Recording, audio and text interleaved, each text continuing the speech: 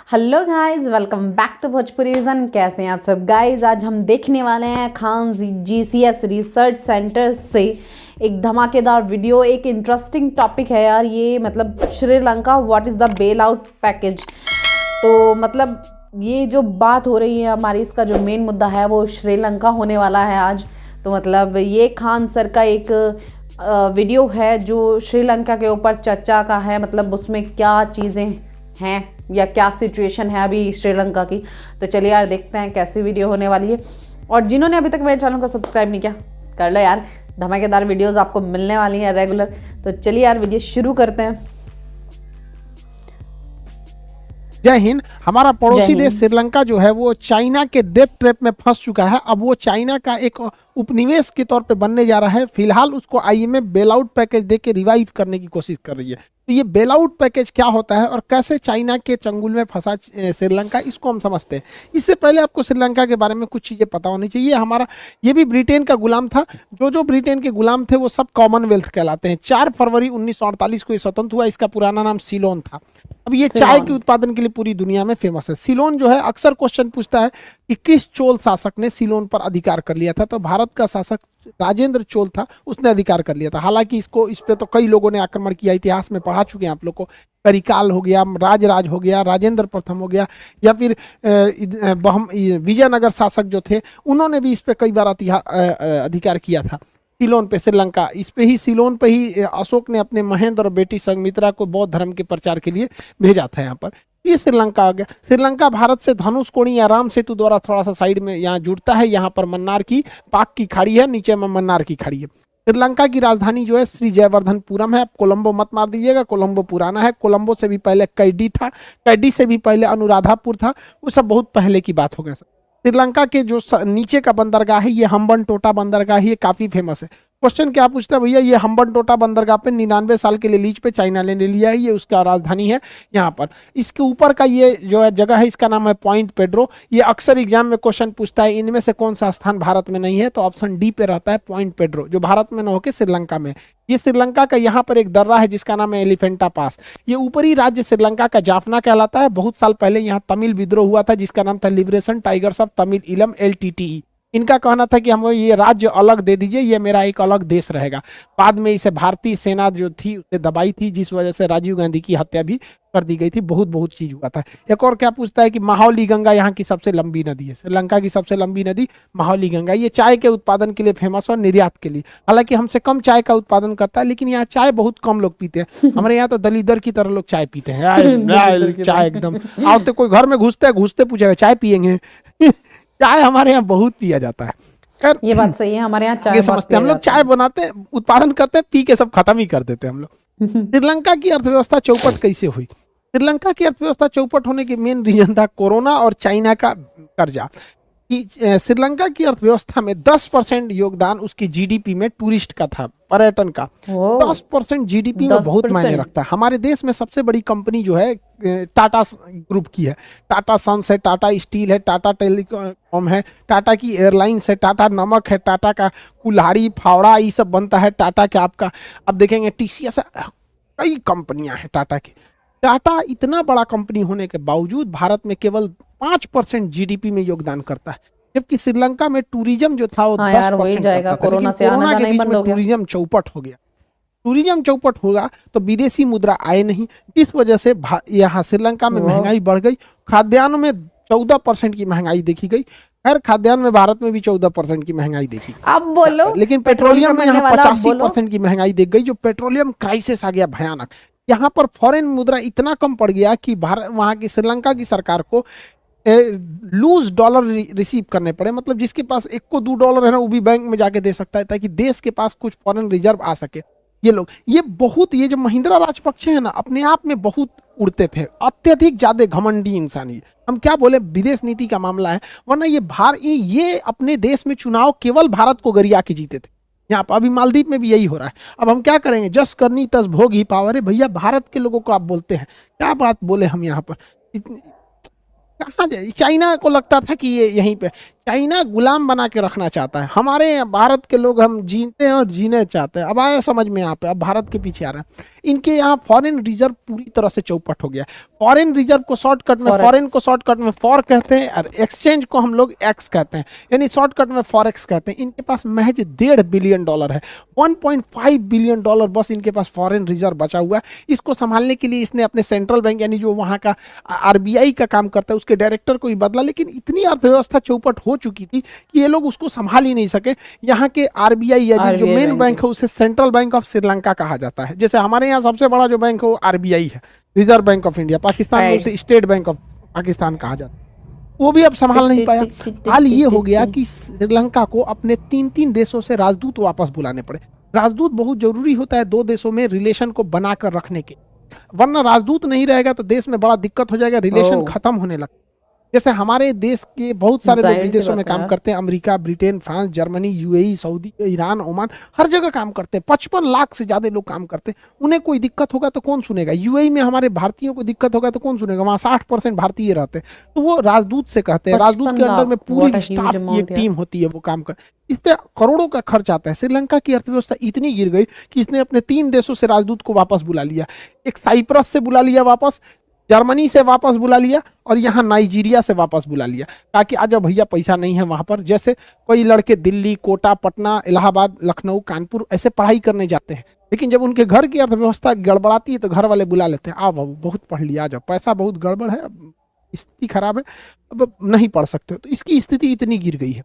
दूसरी, यहाँ पे तमिल लोगों के अधिकारों को भी दबाया जाता है। भारत तमिलों के लिए भी वहाँ पर इन्वेस्ट करता है, तो ये तमिलों के अधिकार को भी दबाते हैं। तो भारत के दबाव में यहाँ संविधान में 13वां संशोधन किया गया कि तमिलों के लिए एक विशेष प्रावधान किया जाएगा, लेकिन अभी भी इस संशोधन को इसने माना नहीं है।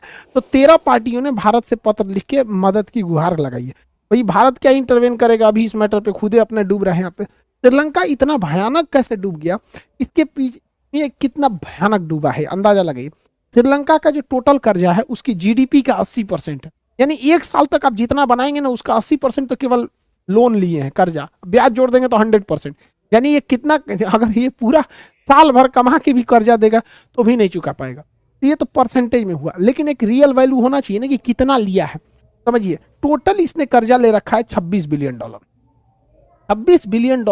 अब आप हो या हम हो, कोई भी देश कर्जा लेता है तो ऐसा थोड़ी होता है कि आजे चुकाना है, ऐसा थोड़ी होता है कि ना अबे दे। यहाँ पर उसका एक लिमिट होता है कि हाँ भैया 10 साल में चुकाना है, लेकिन हाँ उसका किस्त होता है कि इस साल में इतना किस्त देना, अगले साल में इतना किस्त। तो हम ये समझते हैं $26 बिलियन में वह किस्त जो इस साल श्रीलंका को चुकानी है, यानी 2022 में। अभी 2022 में 15 दिन हुआ है, तो 2022 जो है यहाँ पर 22 में इसे 7.6 बिलियन यानी लगभग 7.5 बिलियन इसको डॉलर कर्जा वापस करना है। और इसके पास पैसा कितना बचा है? 1.5 बिलियन। वाह, देना कितना है? 7.5 बिलियन। बचा कितना है? 1.5 बिलियन। हो गई बैंकरप्टी की नौबत आई। अब इसके सामान बिकने लगेंगे कि जब भी हम किसी से कर्जा लेते हैं तो वो सिक्योरिटी में कुछ मोर्गेज लेता है। कोई भी इसे कर्जा देगा, जैसे भारत भी किसी से कर्जा लेता है या कोई भी देश लेता है तो मोर्गेज के रूप में अपनी कोई संपत्ति गिरवी रखता है। जैसे कोई कंपनी रेलवे को गिरवी रख सकती है कि भैया हमें कर्जा दो, अगर नहीं चुकाएंगे तो मेरे रेलवे की पूरी कमाई तुम ले जाओगे, यानी रेलवे पे तुम्हारा कब्जा हो जाएगा। या फिर एयरपोर्ट दे देगा, जैसे भारत कर्जा लेगा तो कह देगा भाई दिल्ली का एयरपोर्ट हम मोर्गेज के रूप में रख सकते हैं कि अगर नहीं चुकाएं तो फिर हमारे दिल्ली एयरपोर्ट से जितनी इनकम होगी आप ले जाएंगे, पूरा कंट्रोल आप कीजिएगा उसको। तो इसकी बहुत बुरी स्थिति आ गई है श्रीलंका की वहाँ पर। हालांकि श्रीलंका जो है अब जा रहा है IMF के पास से बेल आउट पैकेज लेने। देखिए, ये वर्ल्ड बैंक पे नहीं जा सकते हैं, IMF पे ही जा सकते हैं। दोनों में पहले अंतर समझिए। वर्ल्ड बैंक जो है, इसका एग्जाम में क्वेश्चन पूछता है, वर्ल्ड बैंक का पूरा नाम क्या होता है? International bank for reconstruction and development. International bank for reconstruction and IBRD, ये इसका पूरा नाम होता है वर्ल्ड बैंक का। तो वर्ल्ड बैंक जब भी लोन देती है तो ये अच्छे लोगों को लोन देती है, बिजनेस को बढ़ावा देने के लिए लॉन्ग टाइम में लोन देती है। 30 साल के लिए, 40 साल के लिए, 50 साल के लिए लोन देती है और बिजनेस को बढ़ावा देने के लिए लॉन्ग टाइम में लोन देती है। लेकिन IMF जो है वो शॉर्ट टाइम में लोन देती है और ये इमरजेंसी में लोन देती है। जैसे मान के चलिए आप अपना बिजनेस खड़ा करना चाहते हैं, आपकी 2 फैक्ट्री 4 फैक्ट्री, आप एक और लगाना चाहते हैं, तो इस सब कंडीशन में आपको वर्ल्ड बैंक लोन देगा।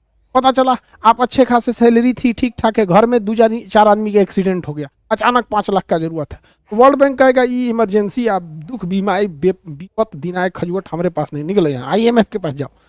इमरजेंसी में पैसा देता है IMF। अब जैसे मान के चलिए इमरजेंसी में IMF आप ही हैं, बीमार पड़ गए, अब आपकी इमरजेंसी में डॉक्टर आएगा, तो डॉक्टर सबसे पहले क्या कहेगा, कहेगा कि आपका खाना पीना बंद, हमरे हिसाब से खाइएगा, हमरे हिसाब से टहलिएगा, हमरे हिसाब से सोना है, हमरे हिसाब से उठना है। तो डॉक्टर के पास गए तो अपना नियम कानून लगा देगा। बस यही होता है। वर्ल्ड बैंक से कर्जा लेंगे तो वर्ल्ड बैंक इंटरफेयर नहीं करता, बहुत कम दाम पे लोन देता है आपको, बहुत ही लो इंटरेस्ट रेट पे। लेकिन IMF से जैसे आप लोन लेते हैं तो IMF जो होती है ये क्या करता है, लोन देता है बहुत हाई प्राइस पे और पूरी इकोनॉमी को अपने कंट्रोल में ले लेता है। पता है कि देश श्रीलंका आपका, हम जैसे कहेंगे आपको उस पैसे को इन्वेस्ट करना, जैसे जैसे वो कहेगा उसी हिसाब से करना पड़ेगा। इसी को कहते हैं बेल आउट। बेल आउट में क्या होता है, बेल आउट पैकेज में आपको लोन तो दिया जाता है लेकिन आप अपनी सॉवरेनिटी, अपनी संप्रभुता खो देते हैं, फिर आपको उसके इशारों पे चलना पड़ता है।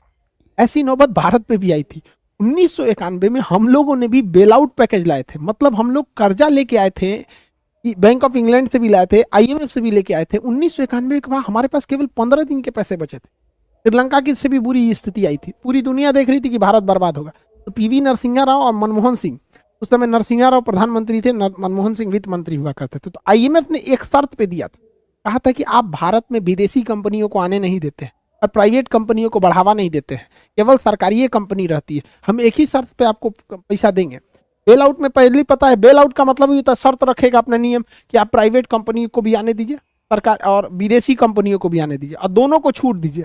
यानी प्राइवेटलाइजेशन कीजिए और लिबरलाइजेशन कीजिए और ग्लोबलाइजेशन कीजिए, LPG कीजिए 1991 में। मतलब प्राइवेट को भी दीजिए और विदेशी को भी दीजिए, दोनों के साथ लिबरल रहिए, सरकारी प्राइवेट और विदेशी कंपनियों में भेदभाव नहीं होना चाहिए। तो उस समय हम लोगों ने स्वीकारा था। तब भारत में आई थी विदेशी कंपनी भी, तो विदेशी कंपनियों ने टाई अप भी किया था। भारत की हीरो कंपनी से टाई अप किया था होंडा ने, तो होंडा हीरो होंडा दोनों मिलके बनाने लगे सब, हीरो होंडा बाद में अलग हो गए सब यहाँ। तो वो बहुत अच्छा समय था हमारे लिए। श्रीलंका को भी बेल आउट पैकेज मिलने जा रहा है, लेकिन श्रीलंका की अर्थव्यवस्था संभल नहीं पाएगी इन दो लोगों से। अब क्या ही बताएं हमको, तो बेल आउट पैकेज आप समझ गए। दूसरा क्वेश्चन एग्जाम में पूछेगा कि अल्पकालीन ऋण कौन देता है, छोटे समय के लिए तो IMF देता है, दीर्घकालीन और विकासात्मक कामों के लिए वो देता है। इमरजेंसी और भुगतान संतुलन में गड़बड़ हो जाता है, IMF। भुगतान संतुलन मतलब पैसा देना है, बिल पेमेंट करना है, पैसे नहीं है, उस सब के लिए IMF होता है। ठीक है, यहाँ IMF लोन देता है। श्रीलंका का अभी हम लोगों ने हाल ही में श्रीलंका का ये वाला एरिया जो है इसका ट्रिंकोमाली में बहुत बड़ा इसका एक ऑयल टैंकर डिपो था। यहाँ पर लाखों टन तेल को रखा जा सकता था। तो भारत ने इसे लीज पर ले लिया है। चाइना इसे लेना चाहता था लेकिन भारत ने इसे लीज पर ले लिया। भारत यहाँ पेट्रोल रखेगा। आप कहेंगे कि भारत पगला गया है क्या, अपना पेट्रोल श्रीलंका में काहे रखेगा? तो रीजन समझिए क्या होता है।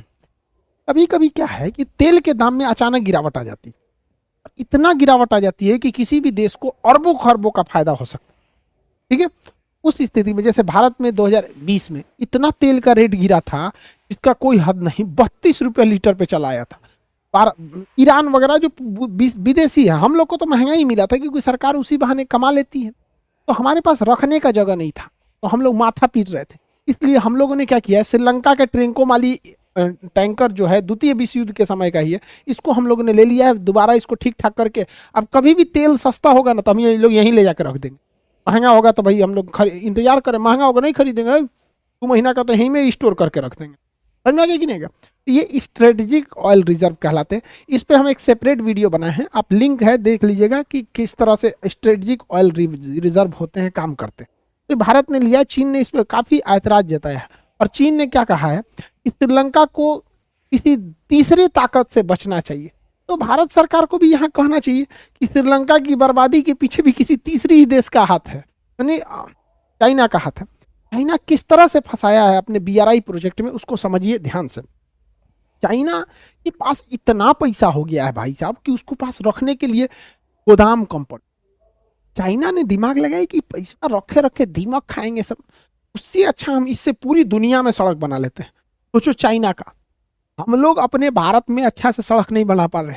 कभी आइए बिहार में, आपको यहाँ 100 किलोमीटर चलने में 5 घंटा लगेगा, जबकि देश किसी भी देश में विकास का एक सीधा सा उसूल है। अगर आप 1 घंटे में 100 किलोमीटर का डिस्टेंस ट्रेवल कर रहे हैं, उस जगह को भगवान भी विकास होने से नहीं रोक सकते। और हाँ, यहाँ पे क्या होता है, 100 किलोमीटर मतलब 5 घंटा तो कोई नहीं रोका है आपका। 100-150 किलोमीटर आराम से Yes. जाम लग जाएगा तो और भयानक हो जाता है।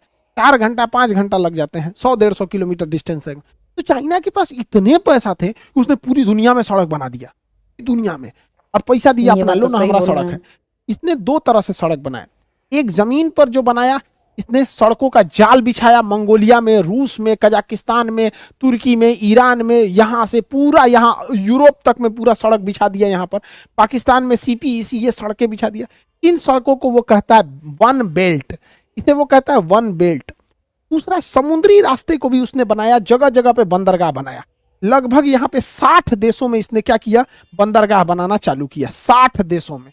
इसे कहता है one road, one road.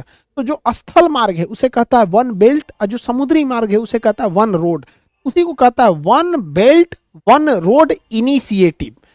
Initiative इसी को शॉर्टकट में belt and road initiative BRI कहते हैं। तो OBRB कहिए, OBOR कहिए, one belt one road BRI कहिए, कहते हैं। या उसी का शॉर्ट फॉर्म होता है BRI प्रोजेक्ट। और इसी को आप कह सकते हैं सिल्क रूट कह सकते हैं। सिल्क रूट आज से 2000 साल पहले हुआ करता था, प्राचीन काल में, उसी का ये नया वर्जन है। इस प्रोजेक्ट के तहत चाइना अपने गोदाम में पड़े पैसे, जिसे वो सामान बेच बेच के कमाया है। आज दुनिया का कोई ऐसा घर नहीं है जहां चाइनीज सामान नहीं है। आप कितनों चाइना को गरिया लीजिए, लेकिन चाइनीज सामान आपके घर में भी हो। उस अपने पैसा को इस तरह से यूटिलाइज किया सही कि बात पूरी है। दुनिया में वो सड़क बनवा दी। और सड़क बनाता था तो पैसा उसी देश से लेता था, और वो भी देश कह रहा है कि भैया हमारे पास पैसे नहीं है, तो कम से कम इसी के पैसों से बना रहा है। चाइना क्या करता है, किसी भी देश में BRI प्रोजेक्ट के तहत वहां पे बंदरगाह बनाता है। लेकिन चाल समझिए, इस बंदरगाह बनाने के लिए इंजीनियर कहां से आएंगे, चाइना से। बेहतरीन क्वालिटी का स्टील कहां से आएगा, चाइना से। जानबूझ के ये वैसे ही देश में बनाता है जो बहुत पिछड़े देश है, जहां ना अच्छे क्वालिटी का सीमेंट होगा, ना अच्छे क्वालिटी का स्टील होगा, ना अच्छे क्वालिटी के इंजीनियर होंगे। तो ये तो बनाने को तो बना दिया, चाइना ने इनको पैसा दिया लोन के रूप में, ब्याज कमा रहा है, और उसी से यहाँ पे स्टील बेचा, इंजीनियर दिया, सीमेंट दिया। उसके इंजीनियर जितने प्रोजेक्ट बनाएंगे उतने विद्वान होंगे, क्योंकि एक्सपीरियंस आएगा। अलग अलग देशों में रिफाइनरी लगा रहा है, रिफाइनरीज के लिए भी टेक्नीशियन चाइना से बेहतरीन ढंग का Experience लोहा आएगा, जाहिर सी मशीनरी बात है। बड़ी बड़ी चाइना से। ऑयल पाइपलाइन बिछा रहा है पूरी दुनिया में, BRI प्रोजेक्ट के सब कहाँ से आ रहा है, चाइना से। उसका पैसा भी इन्वेस्ट हो रहा है, ब्याज भी आ रहा है, उसके लोगों को रोजगार भी मिल रहा है, उसके टेक्नीशियन भी सीख रहे हैं, उसे एक्सपीरियंस भी हो रहा है। अब बड़े बड़े जगहों पे एयरपोर्ट बना रहा है। श्रीलंका में हम्बनटोटा एयरपोर्ट बनाया, अरबों खरबों रुपया दिया। श्रीलंका कहा ठीक है बना दीजिए। सीमेंट आया चाइना से, जहाज आया चाइना से, एयरपोर्ट लगा चाइना से, शीशा कुर्सी गिलास आया चाइना से, लाइट वगैरह जितना आया सब चाइना से। पैसा किसका, चाइना का। ब्याज किसको मिला, चाइना को। फायदा किसको हुआ, चाइना को। उसके बाद एयरपोर्ट पे झक मारो, वसूलो, चाइना का। टिकट कटाओ, चाइना को। पैसा हम चाइना को देंगे। चाइना इसी से कमाता है। चाइना, इससे चाइना के लोगों को रोजगार मिलता है। तो कोई पहाड़ा भाई अच्छा चाइनीज लग रहा है यहाँ पे।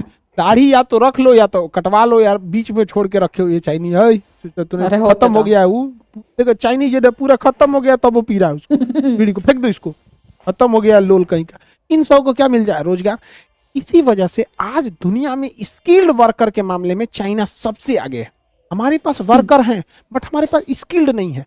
चाइना के वर्कर में और इंडिया के वर्कर में चाइना से अंतर समझिए। कोई competition हमारे यहाँ नहीं कोई है। मजदूर जाता है, कहता है कि मालिक काम चाहिए, 8-10 हजार का जरूरत है, काम चाहिए। मालिक पूछेगा काम क्या जानते हो, तो कहा कुछ करा लीजिए।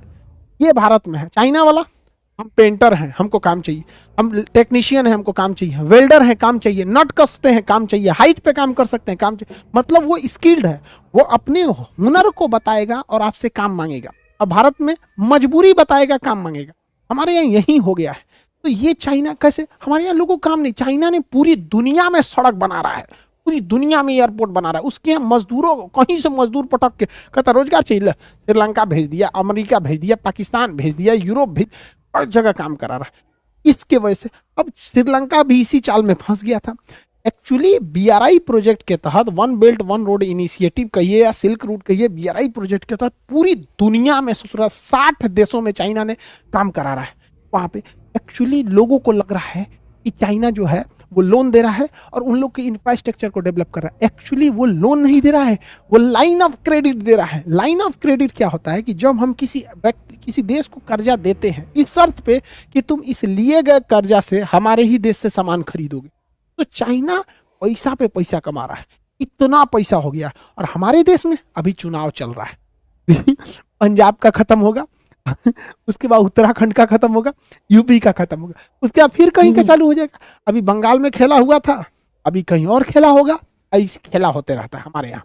ये देखिए पूरी दुनिया में घूम रहा है और हम लोग अभी अपने देश में बना रहे हैं। तो श्रीलंका इसी चाल में फंस गया था कि चाइना जिस देश को देखता है पूरी तरह से उसके ऊपर कब्जा कर लेता है। चाइना बड़ी खतरनाक है, वहाँ इस तरफ देता है यहाँ पे पूरा कर्जा से दबा दिया है और यहाँ नए लोन के चक्कर में इनको ले आके गड्ढा में गिरा देता है। जा हमेशा के लिए बर्बाद हो गए, कभी नहीं उठ सकते। और चाइना का लोन नहीं देंगे तो चाइना हमला कर देगा, पूरी दुनिया भी शांत हो जाएगी, कहेगी भैया लोन दियो। चाइना के पास जो पैसा आया है उसके पेड़ तो लगा नहीं है, वो भी हो पाए। चाइना के पास जो पैसे आया है वो तो उसका मेहनत का है। तो ये चाइना की खतरनाक पॉलिसी है। इसी के तहत चाइना ने श्रीलंका में एक बंदरगाह बनाया, हम्बनटोटा बंदरगाह।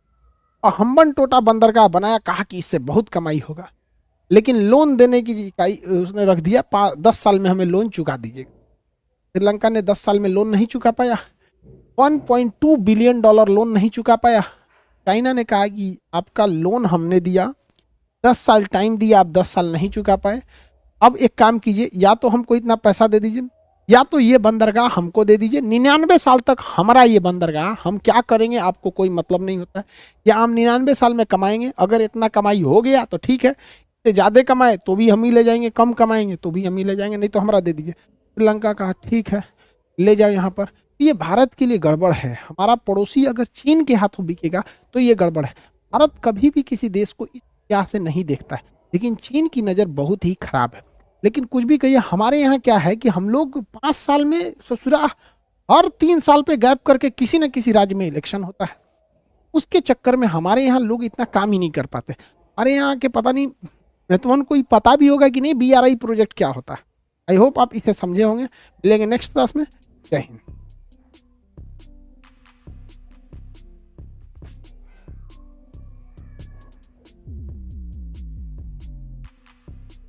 वाह यार, मतलब इतनी अच्छी इन्फॉर्मेशन की वीडियो ये खान सर ने बनाई है, और मतलब छोटी छोटी चीज़ें ऐसी बताई हैं कि इंसान को समझ आएगा। यार आप छोटी सी बात लें, जैसा कि इन्होंने बताया है कि खान सर जो हैं वो चाइना का जो प्रोडक्ट अब बता रहे हैं कि हर घर में अवेलेबल होगा ही होगा। तो वही चीज़ थी यार, आप अपने घर में मीटर देखिए, अगर आपके यहाँ पाइपलाइन, गैस पाइपलाइन आ गई है तो वो आप मीटर देखिए, मीटर पे आपको एड्रेस लिखा हुआ मिल जाएगा कि कहाँ का वो बना हुआ है। छोटी सी बात, सिर्फ बाकी और चीज़ों की गिनती तो मैं नहीं कर रही हूँ, सिर्फ एक छोटी सी बात है। और दूसरी चीज़, जो लोग ये नहीं सोच पाते हैं कि मतलब मोदी जी बाहर जाते हैं, घूमने जाते हैं, ये करने जाते हैं, यार 2 देशों के बीच में रिलेशनशिप अच्छा होना बहुत ज़रूरी है। तभी आप जैसे प्रीवियसली खान सर की वीडियो देखेंगे तो फ्रांस हमारे सपोर्ट में आया है पाकिस्तान को लेकर, तो वो चीज़ें भी मतलब अच्छी तभी हुई हैं जब मोदी जी बाहर गए हैं, उनसे मीटिंग्स की हैं, उसके बाद अच्छी हुई हैं। और सिल्क रूट की बात करें तो इसमें तो यार चाइना का दिमाग ना, मतलब मानना पड़ेगा यार, बहुत ही ज़बरदस्त तरीके से वो लोगों को बेवकूफ़ बना के पैसा ऐंठता है। मतलब चाइना की, खैर ये कहावत तो मशहूर रही है, चाइना का सामान है यार, चले तो शाम तक, ना चले तो लाख तक, शायद कुछ ऐसे है, और ना चले तो शाम तक, कुछ इस तरीके का था। तो वही इस टाइप की कहावतें मशहूर हैं। और दूसरी चीज़, इसमें श्रीलंका को लेके जो IMF का लोन है, मतलब बच्चों के लिए तो काफ़ी अच्छी वीडियो है, क्योंकि वर्ल्ड बैंक और IMF के बीच में जो डिफरेंस है वो बहुत ही अच्छे तरीके से इन्होंने बताया है कि हाँ मतलब डिफरेंस क्या होता है, कौन सी जगह पे कौन सा बैंक काम आता है, IMF कब लोन देता है, वर्ल्ड बैंक कब लोन देता है। और श्रीलंका की हालत देख के तो यार सही में ना अफसोस ही हो रहा है। तो जिन 2 बकलोलवा के बारे में इन्होंने बताया था वो तो खैर क्या ही बोले, अगर अपनी गलतियों से भी नहीं सीख रहे हैं तो फिर लेके ही डूबने वाली बात है वो तो। बाकी अभी तो खैर इनका लास्ट वीडियो में एक सजेशन था जो मतलब मुझे पर्सनली बहुत पसंद आया कि जब ग्राम पंचायत के और ये ब्लॉक के चुनाव चल रहे होते हैं या फिर आप कुछ चुनावों को मिक्स कर सकते हैं ना, जैसे सीएम का और पीएम का, दोनों का चुनाव मिक्स हो सकता है एक साथ। मतलब जब हम अपना मुख्यमंत्री चुनने जाएं तभी हम प्रधानमंत्री भी चुन लें तो वो ज़्यादा अच्छा रहेगा। एक तो उससे मतलब अप्रॉक्सीमेट आइडिया लास्ट वीडियो में इन्होंने बताया था 18,000 करोड़ हमें बचेगा उससे। तो यार वो वीडियो भी मुझे काफ़ी इन्फॉर्मेशन लगी थी, मतलब उसमें काफ़ी अच्छी वीडियो इन्होंने बताई थी और वो सजेशन मुझे बहुत पसंद आया था। क्योंकि यार देखिए पैसा तो बचेगा ही बचेगा, साथ ही साथ जो ये कोरोना की सिचुएशन चल रही है उससे भी कहीं ना कहीं हमें राहत मिलेगी। जहाँ इंसान 2 बार वोट डालने जाएगा वो एक बार में ही काम करके आ सकता है। और बहुत ही अच्छा सुझाव था ये, मतलब इसके ऊपर एक मतलब विचार करने वाली बात है, एक शोध करने वाली बात है कि हाँ ये चीज़ हो सकती है क्या। मतलब ऐसा मैं ये नहीं बोल रही हूँ कि ये बात होनी ही चाहिए, एक बार सरकार के आगे अगर ये मुद्दा रखा जाए तो बहुत अच्छी बात है। बाकी आप लोगों की क्या राय है इस बारे में मुझे कमेंट सेक्शन में ज़रूर बताइएगा। मैं मिलूंगी आपसे नेक्स्ट वीडियो में ऐसे ही धमाकेदार वीडियो के साथ में, तो तब तक के लिए बाय बाय।